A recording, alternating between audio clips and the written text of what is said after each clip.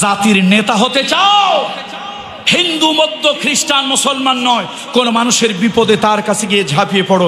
দেখেন নাই বাংলাদেশের এক দলের নেতারে, দেখেন নাই যখন গোটা দেশের পুলিশ প্রশাসন গোয়েন্দা প্রশাসন তারে খুঁজে বেড়াচ্ছে, কোথাও তার জন্য দাঁড়ানো নিরাপদ নয়, সেই সময় হিন্দু তাদের লোক সংস্কার করার জন্য, আমরা মানুষ মারা গেলে মাটি দেই, হিন্দু মারা গেলে সীতার আগুনে দেয়।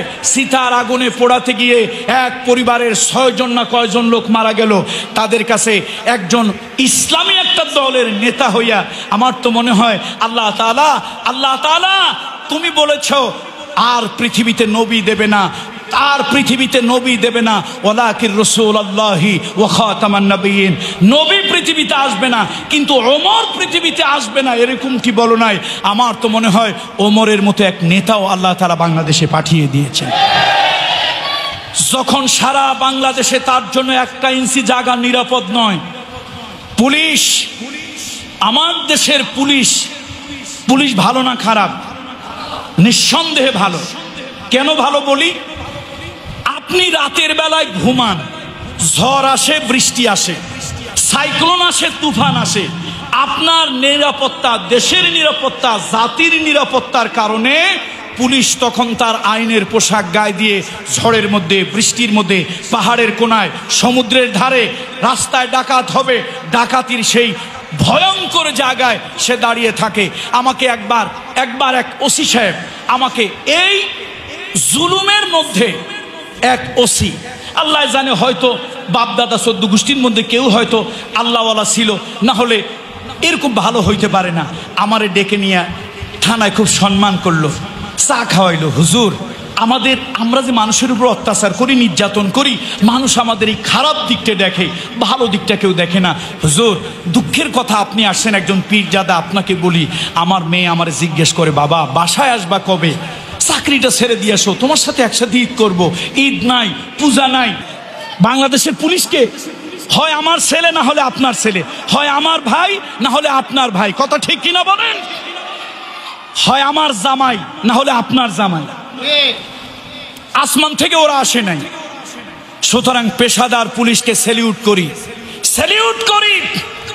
আর ওই সকল পুলিশকে ঘৃণা করি যারা দলীয় এজেন্ডা বাস্তবায়নের জন্য কোন দলের দালাল গোলাম হয়ে অতি উৎসাহী হয়ে হাজারো মায়ের বুক খালি করেছো, আলেমদেরকে ঘুমাতে দাও নাই। শোনেন, এদেশে আলেমরা, ইমামরা, হুজুরেরা, সে জামাত ইসলাম হোক আর হেফাজত ইসলাম হোক, এদেশে এই জালিমের দ্বারা, পুলিশের দ্বারা, ডিজিএফ হয়, এনএসআই দ্বারা সব থেকে বেশি জুলমের শিকার হয়েছে এদেশের ডানপন্থী এবং এদেশের আলেম ওলামা।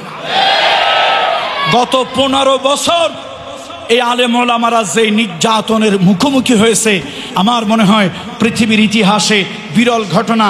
আটলান্টিক মহাসাগরের সব পানিগুলো যদি কালি বানানো হয়, বাংলাদেশে 15 বছর আলেমদের উপরে, ইমামদের উপরে, খতিবদের উপরে, ওয়াইজিনদের উপরে, মসজিদে গিয়া, মাদ্রাসায় গিয়া যেই ধরনের তাণ্ডব এই পেটোয়া বাহিনী, জালিম সরকারের ওই কুকুরগুলি করেছে, আমার মনে হয় প্রশান্ত মহাসাগরের পানিও শেষ হয়ে যাবে, ওই জুলুমের কথা লেখা শেষ হবে না।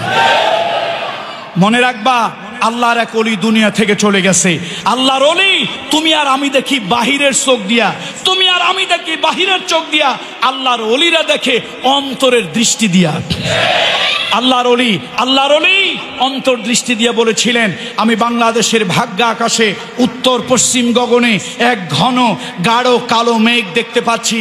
যদি সবাই ঐক্যবদ্ধ না হন, তাহলে তার মোকাবেলা না করেন, সুবহে সাদিক হওয়ার কোনো সম্ভাবনা নাই।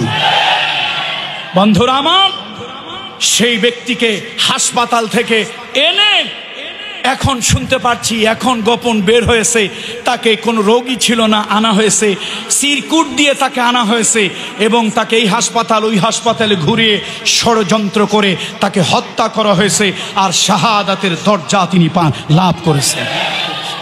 দুর্ভাগ্য, দুঃখ এদেশের আলেম ওলামার উপরে। সুতরাং শাসক গোষ্ঠীর কাছে বলি, শাসকদেরকে বলি, জুলুম করবেন না। আরে লোক হন, ওমরের মতো হন। সেদিন ওমরও কঠিন ছিল, কিন্তু মানুষের প্রতি জুলুম করেন নাই। শাসকেরা ভুলে যায় একদিন তাদেরকে পালাতে হবে, কিন্তু সব কিছু মনে রাখে, ওই পালানের কথাটা তারা মনে রাখেন না। ঠিকই পালাতে হয়েছে। অনেকে আছে ইঁদুরের গর্ত তারা পালানের জন্য খুঁজে পায় নাই।